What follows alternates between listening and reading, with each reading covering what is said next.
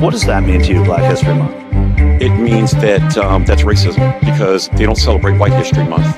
We don't have it. I'm part Italian. I don't have Italian History Month. So what I think it's doing is perpetuating what this divide is in our nation, quite honestly, because I don't feel like that should be highlighted.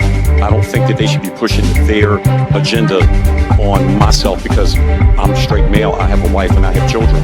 I don't think that I should have to be bombarded and brainwashed through media, through those months or Pride, Black History. I don't think that's something that should be, dictated to me. Is it a learning opportunity? Not at all, because when I was in school, we learned, certain Black leaders, things like that. I don't need to hear it every single year for a whole month. This morning, Oklahoma Governor Kevin Stitt is asking multiple McCurtain County officials to step down from their jobs immediately. And he's sending in state investigators to see if anything illegal has happened. This move comes after the sheriff, a county commissioner, the jail administrator, and a sheriff's investigator were recorded by a local newspaper at a county meeting expressing frustration that they could not hang Black people anymore, and also openly threatening to kill two newspaper reporters. I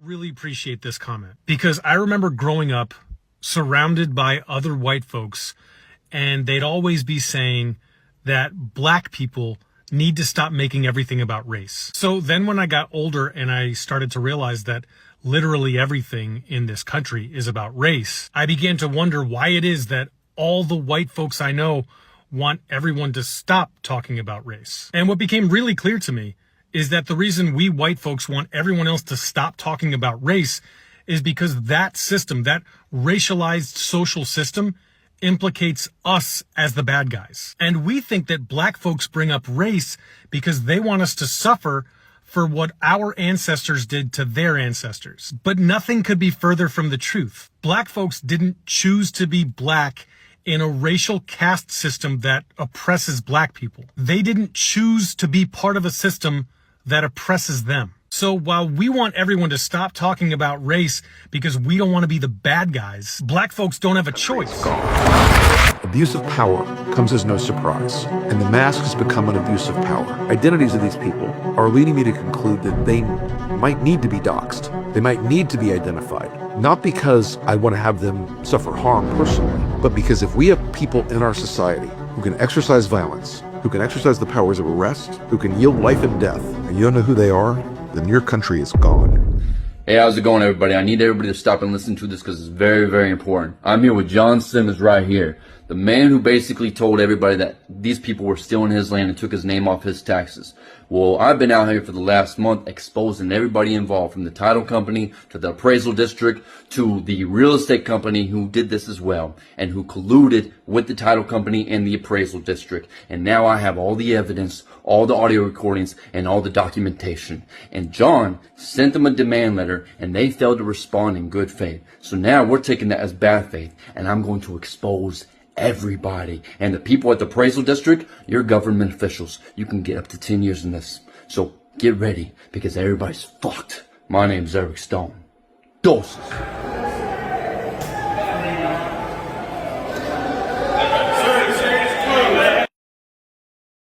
White people broke the earth. White people, not all of you individually, but the systems you built, the empires you enforced, the profit you prioritized over life. You broke the earth. You didn't just show up and settle. You came with guns, greed, and God. You took land that wasn't yours, spilled blood on sacred ground, and called it destiny. You clear-cut forests, enslaved people, dug holes in the earth for gold, turned the sky into a smokestack, and renamed the destruction growth. You made the land yours by force. You made water something to sell. You made civilization mean white skin, private property, and concrete. You told the world that nature was wild, that people who honored it were savages, and that domination was salvation. And when the earth cried out, when her lungs burned, and her rivers turned black, you didn't stop. You invented new ways to profit from collapse. Now you want to fix it? Now you want to lead the way? No, you are not the solution. You are the crisis. But this story doesn't end with you, because the earth is not dead, not defeated. It is wounded, but it remembers. It remembers those who loved it before you fenced it off, and mined its soul. It remembers the songs sung to rivers, the hands that planted with gratitude, the fire keepers, the medicine carriers, the people who knew the earth was not a thing, but a living relative. We remember too. We remember that your empires are fragile, that your borders are fake, that your wealth is stolen, and that your time is running out. The earth can be healed, but not by white saviors, not by carbon offsets, not by policies written in boardrooms. Healing will come through justice, through land back, through reparations, through abolition, through the return of what was stolen, and the dismantling of what never should have existed. The earth isn't dying, it's remembering, and it will only heal when white power ends. I don't know who the fuck the tolerant left is, but it sure as shit ain't me. I am not a nice person, and I have slapped the shit out of people for far less than telling me that the people that I love shouldn't have basic human rights. Stop playing with me. Friends, please just give me 30 seconds of your time this morning. I'll make this quick. They're looking to bring up the big-ass ugly bill and vote on it by this weekend. Now, if you do not follow Monty Mater, you need to, and I'm going to tag her down below. She breaks down just the first 5 sections of that bill, and that bill is more devastating than most of us ever dreamed of, because we don't have time to read a 1,000-page document. But Monty breaks it down piece by piece. She just does the first 5 sections, and you need to see that. Now, people are going to be left with a choice to either die on their feet or die on their back. I hope they choose to die on their feet. But remember, they're going to pass this. Don't take this bullshit that they're saying, oh no, we're not going to, we're in opposition to this. No, they're not, because they're going to do the same thing as they did in the House, and they're going to get them in a meeting. They're going to say, you know what, you don't have to worry about it. Because once we pass this and people start perishing left and right, because that's exactly what's going to happen, the nation is going to come unglued, and then they get to declare martial law. And yes, then what happens then? There are no midterms. It's all in the plan. There will be no midterms. Now I'm just thinking out loud here. But let's be realistic. They're not going to relinquish power. It's not going to happen. You need to see that. Follow Monty. Hear what she has to say just on the first 5 sections. I hope people choose to die on their feet, though. I don't give a shit. Let's come unglued. A number of countries now have issued travel advisories and warnings to their citizens, telling them to be careful and wary of travel to the United States because of problems travelers from their countries have had in the United States. And these countries are our friends. The United Kingdom, Germany, Canada, Denmark, and Finland, for example, they've all had many of their citizens in the United States detained and having travel problems. Donald Trump, you and your brilliant advisors do know that the international travel to the United States is almost a $50 billion a year business, correct? You do know this, right? And you do know this is causing people further not to come to the United States. And many countries have people already boycotting us because of your policies. For those of us that are involved in the travel industry, which is many people throughout the United States, it's not good. Whether you own in a hotel, you rent a car, you have an Uber business, airlines, restaurants, everybody that sells anything, all the theme parks, you name it. It is not a good thing to do. Now, we didn't have this problem before, but we have it now. So again, love to hear from my Democrats, my MAGAs, my crazies, my cuckoos, and my burned out light bulbs. If you're in an area that obviously is heavily involved with travel and tourism, or even to some degree, it impacts everybody. All this impacts everybody. All of these policies impact us throughout the country, whether you directly or indirectly make money from it because it causes other people to have money to buy at your business. Jabari Latrell Peoples. I opened Facebook this morning and his family statement was the first thing that I saw. I'm sharing this in hopes that my platform can help get the word out and that more people can demand justice for Jabari and his family. Official statement from the family of Jabari Latrell Peoples. On the night of June 23, 2025, at approximately 9:30 p.m., our loved one, Jabari Latrell Peoples, was shot and killed by an officer affiliated with law enforcement in Homewood, Alabama, near Lakeshore Boulevard. At no point were we notified by law enforcement or medical personnel. Instead, our family was contacted by the Jefferson County Coroner's Office at 10 a.m. the following morning, over 12 hours after Jabari was pronounced dead.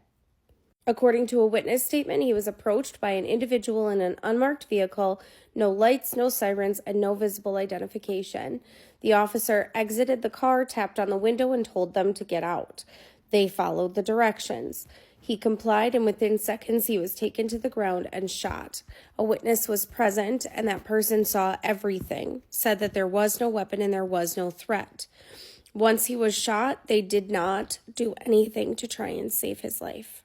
The family put their demands here that they want immediate public release of the full police report, all available body cam and dash cam footage, identification of the officer involved, a full independent investigation, and accountability at every level. Jabari was only 18 years old. When I went to find any sort of statement released from the police department, they claimed that they pulled up behind his car because it looked suspicious in a soccer parking lot, and then when they tapped on the window, they could smell marijuana, so they were going to arrest him for possession of marijuana. They then stated that as they were trying to handcuff him, he lunged for the car and there was a gun in the pocket of the driver's side door that he was going for that the officer saw right away. But they have now put out another statement saying that he was lunging for the police officer's gun. I stand with Jabari's family in wanting the truth to be revealed and justice to be served, because even if this was for a marijuana charge, he did not deserve to be killed over that. Even the Aliceville mayor is asking that they release the body cam footage to the public. In 1927, the U.S. government intentionally flooded poor black communities to save wealthy white neighborhoods. The Great Mississippi Flood became one of the most devastating and unjust disasters in American history. Levees were blown up to redirect the water, killing hundreds and leaving over 700,000 people homeless. Refugee camps were segregated.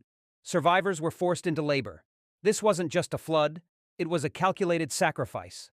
And somehow, it's been buried in history.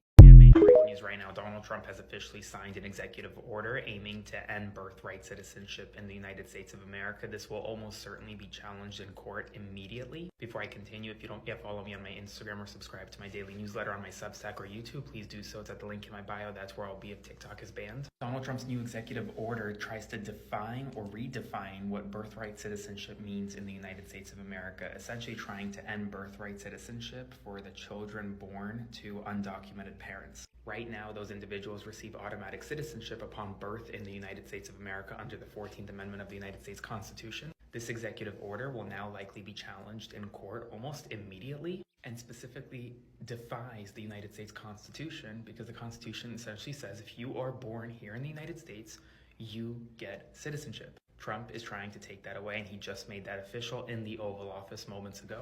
As always, comment below your thoughts, spread the word, and follow along to stay updated on all the news you need to know about. Gonna be a long 4 years, guys. Every single homosexual in our country should be charged with the crime, the abomination of homosexuality that they have. They should be convicted in a lawful trial. They should be sentenced with death. They should be lined up against the wall and shot. Breaking news, every single Republican representative in the House, every single one, just voted to start deporting U.S. citizens to the slave labor camps in El Salvador, Rwanda, and Libya. Not one Republican representative of the House voted no to this bill. MAGA will support this because they are fascists. Just a reminder, if you are white, you have the ability to make other white people feel ashamed for the racism and discrimination that they're doing. It's time to start calling them out. And that means your family, that means your friends, that means random people that you come across. Anyone that's against equality's got to know. I just need to get one thing real clear before we go any further. This movement, this people's movement, it's not about Republicans. It's not about Democrats. It's not about candidates or political platforms. It's about people. All people.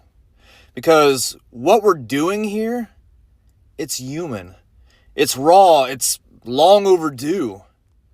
It's a wake-up call for anyone who still believes that party lines matter more than human lives, that division is stronger than unity, that your neighbor is your enemy. Let me be crystal clear. I don't stand behind any party. I stand behind people. I stand for dignity. I stand for responsibility. I stand for truth. This uniform that I wear, it doesn't speak for me, and I don't speak for it. Those two are totally separate. Yesterday's post, the outpouring of support, the conversation, the pain, the passion, I felt it. And I want to thank every single one of you who showed up, spoke up, and shared it. Thank you from the bottom of my heart. That was just the beginning. Now we keep pushing. We move this forward. We move it together. Because we're not waiting for permission. We're not waiting for anyone else to save us. We're all we got. We got to save each other. We're building a movement where people help people, where common ground is the only ground, and where no one gets left behind. And I said, no one gets left behind. We're bringing everyone up together. If you missed yesterday's message, go watch it. If you felt it, share it.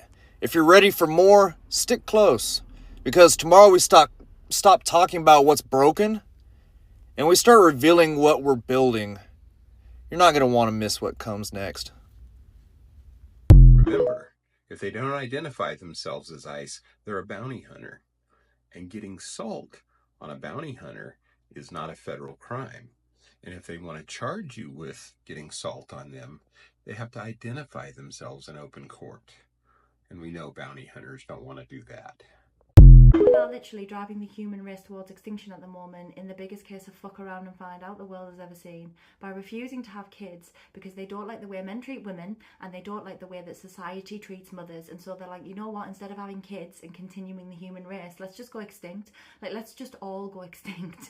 And this isn't only happening in South Korea. I don't know if you saw that report a few weeks ago that said that for the 4th year in a row, the birth rate there was dangerously low compared to the death rate.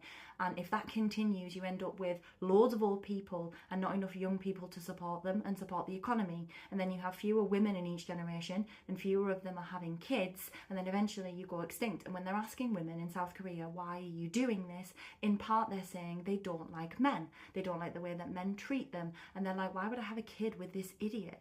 Like, why would I breed from this idiot? Why would I pass this idiot's DNA on? I don't care if you say that we're going to go extinct. Like, I don't care if my uterus is all that stands between, like, us and extinction. I'm not doing it. It's not worth it for me. So I'm not going to do it. And this is happening everywhere. Like, they reckon that by the year 2050, 75% of nations will be in the same situation. And by 2100, the year 2100, it'll be 97% of nations. Because women are refusing to have kids because we're sick of this crap. Like, in my country at the moment, in Britain, the average birth rate is 1.5 children per woman. And it needs to be 2.1. And it's set to plummet to 1.3. And the same thing is going to happen in the US. Because women just don't want to have any kids. And I can see why. It's because forever we have been told that all we're good for is having children, but also that that's not really that important because it still doesn't make us the default gender. It still doesn't make us the important gender. It's men who get to earn all the money and have all the fun. They're the ones who get to keep all of their leisure time. They're the ones who get to own most of the world's land and speak most of the world's words. Because we're just women and mothers and that's not that important. And so why would we do it? Like, why would we do it? What's the incentive here? Because women actually know that having children takes a massive toll on our physical health and our mental health, and that we're then expected to live our lives in servitude to these children, to these future worker bees, so that they can take care of the aging population. And our entire lives will be changed by having a child. But we're also constantly told that that's not that important, but that's all we are, but that's not important. And so we're looking at the situation and we're like, why would I do this? I'd rather put a backpack on and go traveling. I don't care if we go extinct. Like why would I do this? Where's the incentive? There isn't one. We're not even appreciated for doing it. Like, we're actually like brought down for doing it. Why would we do it? Why not instead just go out there and explore this world and live our lives? And that's what more and more women are doing. They're making the decision to do that instead. So here's the thing. If you don't want to go extinct, you better beg us to start having kids, and you better make it worth our while. Like, that's the only solution here. That's the only way that we get out of this mess. Women need to be recognised for their importance, not just in terms of having children, but everything glorious that they bring to this world. Because we've been told for all this time that, like, it's not us, it's not you, you're not the important ones. Like, you guys aren't the key workers here. And now actually we're seeing that we are the key workers, and actually we are vitally important for the continuation of the human race. And before anybody jumps up in here and is like, well, then you guys are selfish. Why don't you just take one for the team and sacrifice your physical and mental health to have children? Like, what, they just do that. The human race depends on it. This isn't our fault. It's yours. It's society's fault, and society has been run by men for all these years, and you have left us feeling underappreciated and unvalued for everything that we have to offer, including having children and raising them and raising the next generation. And we just don't want to do it anymore. And we're not gonna. Fuck around and find out. Last night, 2 women claiming to be from a pregnancy center banged on my door and rang my doorbell at 8:30 p.m. I went to get my husband to answer the door because, duh. He answers the door to these women in around their 60s. He said they were heavier set, had like light brunette, dirty blonde hair. And they said that they were from the Colorado Springs Pregnancy Center, and they were checking to see if anyone in the house needed to know their options for planned or unplanned pregnancies. I got my tubes removed after my second son. I cannot get pregnant, but that's kind of irrelevant. But also, I've been using this period tracker app just so I can know when my period is coming. It's called My Calendar. And in typical ADHD fashion, I've been forgetting to log my period for the past 2 months. So the past 2 days, this app has been telling me, you could be pregnant, you could be pregnant. And then these 2 women show up at my door at 8:30 p.m. So Colorado Springs people, just be on the lookout. I did call the pregnancy center in Colorado Springs this morning, and they do not send people door to door to ask about people's pregnancies. So they weren't from the pregnancy center. I keep hearing MAGA Christians say that God put Trump in place and that we are to be respectful of that decision. But there was a time in the Bible where God allowed a king to come about even though he didn't want him, that the people begged for a king, and God gave them a warning. This king will take your sons for war. He will take your daughters for labor. He will tax your lands and your goods, and ultimately he will oppress you. It didn't matter. They wanted him anyway. So God gave them Saul. Now Saul looked the part. He was tall. He had a commanding presence. He was full of bravado. But you know what else? He was obsessed with his image. He was prone to emotional outbursts. He was insecure about his leadership, and he would blame others for his faults. Does that sound familiar? And God let Saul rise to power. not because he approved, but because the people chose charisma over character, and ultimately regretted their decision because Saul did everything that God warned. So before you say again that God chose Trump, ask yourself, is Trump a Saul or is Trump a King David? Because not every crown is a calling, and not every rise is a blessing. We're done watching this regime rip the fucking soul out of this country! 19-year-old Jimena Brody, 4 years old, is now shackled in fucking chains, close and wrist being sent to Mexico City, a place she's never, ever known. For what? For existing in a system that never saw her as human? A 64-year-old woman, 64, is forcibly removed from a town hall just for asking a goddamn question about tariffs, about rising prices, about survival, and she's shoved out because that's what this regime does. They shove us out when we speak up. Journalist Aaron Parnas is being targeted for prosecution for sharing news of ICE raids. A journalist in America. The First Amendment is not a suggestion, it's a right. But this regime treats truth as a threat because truth exposes tyrants. And while all this happens, coal miners, people who literally give their lungs to power this country, are losing access to black lung screenings because of Trump's cruel budget cuts. So rise, we fucking will. June 14th, we scream for Jimena, for the woman thrown out of the town hall, for the miners, for the journalists, for our goddamn democracy. We scream until they hear us, shaking the walls of this broken system. We are coming! Excuse me? You hear me? I'm just saying hello. What's going on? How you doing? Good. How are you? I'm okay. We having a good day? Yeah. You feeling having a good day? Yeah, feeling blessed. I'm with immigration enforcement out here, just helping everyone out, making sure we're all, supposed to be here. You got crap. Where you're from? You got say anything to me. I don't owe you nothing. Oh. I'm a U.S. citizen, so leave me alone. Oh, I think we'll have a discussion about it. I'm having no discussion. Okay, well, go ahead and show out your papers. You got your ID? I'm not showing you anything. Okay, well, you're not going anywhere, my friend. Excuse me, my friend. You're not going anywhere. My cart. I'm immigration enforcement. Touch my cart. I think I'm going to touch your cart. Let go my cart. Bro, you're not going to. You're going to end up in jail. I'm a U.S. citizen. You're not going to touch me. You tell me what to do. I think we're going to have a conversation. I live in America. Okay. So go to hell. Go to hell, okay. Yeah, you go to hell. I'm here to shop and do my business. I don't owe you nothing. Okay. So you're going to show me some papers. No te voy a enseñar nada, cabrón. Okay. Nada te voy a enseñar. Okay, we'll see how that goes. Move. You're not going anywhere, my friend. I said move. You're harassing me. Amigo, we're not going anywhere. You know what? I'm going to call my police. Call your police. Who do you think they're going to call? I'm going to record you. Please do. I am. What do you think we're out here doing? We're trying to do this. I don't need you to harass me. You don't need anything. Doing my shopping. I'm not worried what you need. I'm not bothering you. You leave me alone. You're definitely bothering me. I'm not bothering you. Did you pay for that drink you've been drinking out of? You go to hell. Go to hell. Okay. That's right. You're not going to touch me, and you can't touch me. I have no interest. And you're not going to touch me. I have gloves, so I don't have to. I don't care. I don't. You can wipe your ass. I don't want to touch dirty people like you, my friend. Hector, you need to calm down. You're gonna find yourself. Are you guys watching this? Did you? It's not fair, right? Has he paid for that drink? Has he paid for that drink?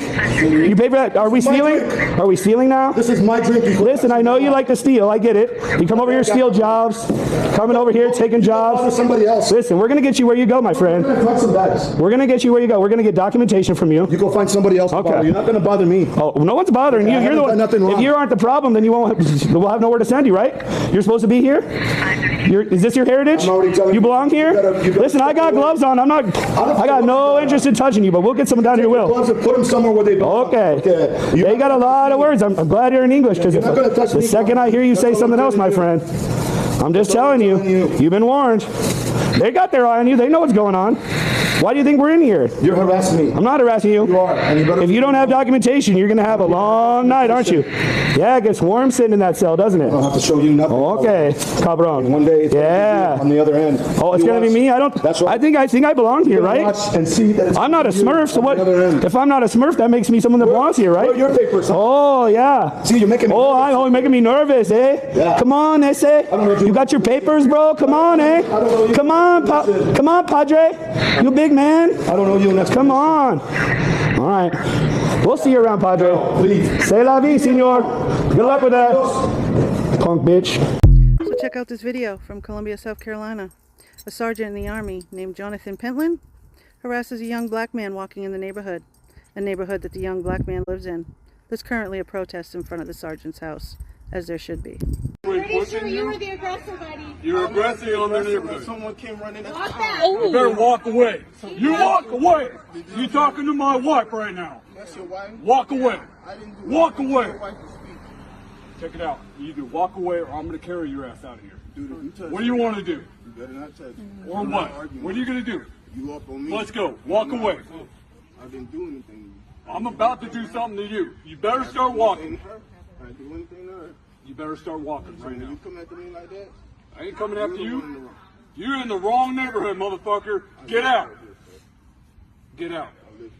Where? It's crazy to me how everyone in Texas is all about stand your ground and self-defense until that person doesn't look like me. This case is racially charged, and stick with me here. If the roles were reversed, if Carmelo Anthony was 220 pounds with his twin brother picking on a white kid, putting hands on a white kid, and he got unalived, y'all would say that he got exactly what was coming to him, and if he would have kept his hands to himself, he would still be here today. You can't tell me that race isn't a thing because it's in my TikTok comments, and I've seen hundreds of comments on Facebook. So if you flip this scenario and Carmelo Anthony was the aggressor in this situation and your opinion changed, you are racially biased. And to the white people in my comments calling me a white savior, God forbid I have empathy. If you're RICS, just say that and move on. In my last video, I said I didn't know why Carmelo Anthony was sitting under that tent. Turns out it started raining, and Carmelo got permission from the coach. That's not even his school. He got permission from a coach to sit under that tent. Granted, it's free seating, but he got specific permission. And don't get me wrong, it's absolutely tragic that Austin lost his life. His parents lost their son. No parent should have to ever lose their kid. But it makes me think, what would have happened if Austin and Hunter would have left Carmelo alone and not talked to him? Not approached him,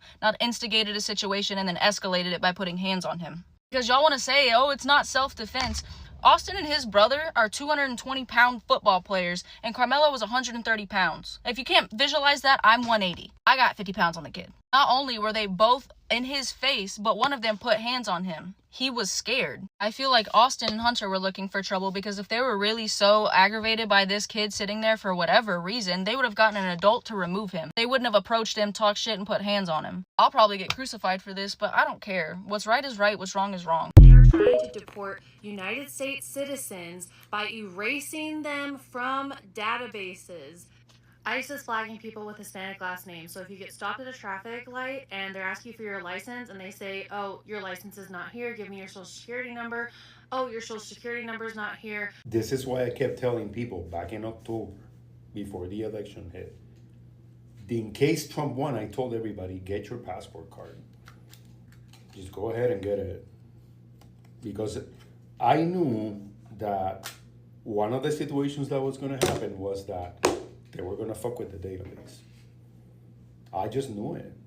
And a lot of Puerto Ricans are going to go through this, even though you can't get deported anywhere because we're United States citizens and Puerto Rico is a Commonwealth of the United States. Because of your last name, they will simply take you. They will hold you in a detention center. They got 48 hours to do so. A lot of people don't understand that ICE is a law enforcement government agency. So what are you going to do? You're going to have to call your family members if you don't have the proper documentation on you. And a lot of people are not going to carry their passport book with them. So the passport card is a good way of ensuring that they can't go back on you on this because you can tell them, hey, I am in the database because I got the passport card. The problem was that at that point in November, when you did what I did, which is submit your passport and put it in the mail and send it, it was an exercise in risk because, there might have been a distinct possibility that you would not get your passport back. And they could have said that they lost it or whatever. You have to understand that we're living under a fascist regime. This is a dictatorship, a bona fide one, even though they're not saying it. So one of the first things that dictatorships do is get rid of dissidents, get rid of people that are not in line. And the ICE is the equivalent of the Gestapo in the United States right now. So they don't give a shit. They're going to break the law. They're going to do whatever they need to do this. You have no idea how many immigration attorneys that are my friends. I'm not in the immigration practice. I'm a labor lawyer, but I've told many people, I've talked to other attorneys that are immigration attorneys, and they tell me to tread lightly because it's like really, really bad out there. And this is something that's a commonality. I heard from a lot of people that have gotten pulled over and have gotten detained just because they have a Hispanic last name. This is our new reality for a lot of us, and we're just going to have to deal with it. Now I wouldn't send my passport book to get my passport card, because that's one of the requisites. You have to send your passport book in to the Department of State so they can send back your passport card, because your passport book is your evidence.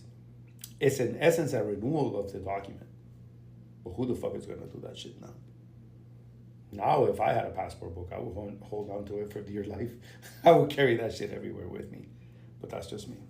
Be safe out there. Get your ass back here! An Ohio judge stormed out of the courtroom and chased a black woman. On September 4, 28-year-old Cassandra Jackson was in the process of filing for a protective order, but court staff told her she had missed the 8 a.m. deadline to file for a protective order. Jackson was so angry she argued with the staff in the hallway and then left in a rage. Judge Michael Bachmann, who was inside the courtroom and heard the argument, stepped outside, pointed his finger at her, and followed her. When Bachmann finally caught up with Jackson, he ordered her to return to the courtroom. But on the way back, Jackson tried to run away, and Bachmann grabbed her by the neck and shoulders and took her to the courtroom and sat her in the jury box. Jackson, a 28-year-old black woman, said she thought Bachmann was there to help her. Instead, Bachmann sentenced her to 10 days in jail for contempt of court and disorderly conduct. After Jackson was sentenced to jail, another judge released her 2 days later. Judge Michael Bachmann, on the other hand, was forced to resign for misbehaving in his own courtroom. Zohran Mamdani winning the primaries really shows how comfortable racist people are in this country. How openly and comfortably racist they are. I mean, it's not a surprise. It's not a surprise. But this time, I was actually a little bit surprised as how openly racist they were towards him. I feel like just a couple years back, people would pretend like a little bit. They would say, well, it's not just because he's Muslim. It's also, there is no also anymore. There's no also. It's just straight up racism. Not even like a little bit of pretending. Not even like a little bit of trying to not be open racist. It's just, he's a Muslim. Guys, I wish y'all could see how wildly different TikTok is for black people than white people. Because I got an interesting vantage point on this. Because I only been on black TikTok for, like a month or something. I was on the white algorithm before that. And I mean, I was screaming trying to get out just into just white noise everywhere. And then now I'm here. I love it here. But guys, did you know who are on different algorithms? They are very different. My For You feed went from like watching motherfuckers dig holes and shit, motherfuckers talking about the Pope. Bitch, you ain't Catholic. Why are we talking about the Pope? Or motherfuckers meat riding Trump. I mean, hard on that Trump tower. I'm over here on black TikTok. I'm learning about essential oils and motherfucking ancestors and spirituality and shit. Y'all for real, y'all real into some like zodiac magic type shit, and that's cool. I like that. That's cool. I mean, I ain't know that black people were so big on therapy. Good for y'all. I mean, if you need to talk to somebody, go talk to somebody. Me personally, I'm gonna give it to God and a blunt, but hey, do you. Happy for you. It's weird that we got separate TikToks though, ain't it? Like I mean, both of them kind of entertaining, but like a different kind of entertaining. It's almost like they're separate but equal, I'm just kidding, they ain't equal. It's better over here. Fuck them crackers.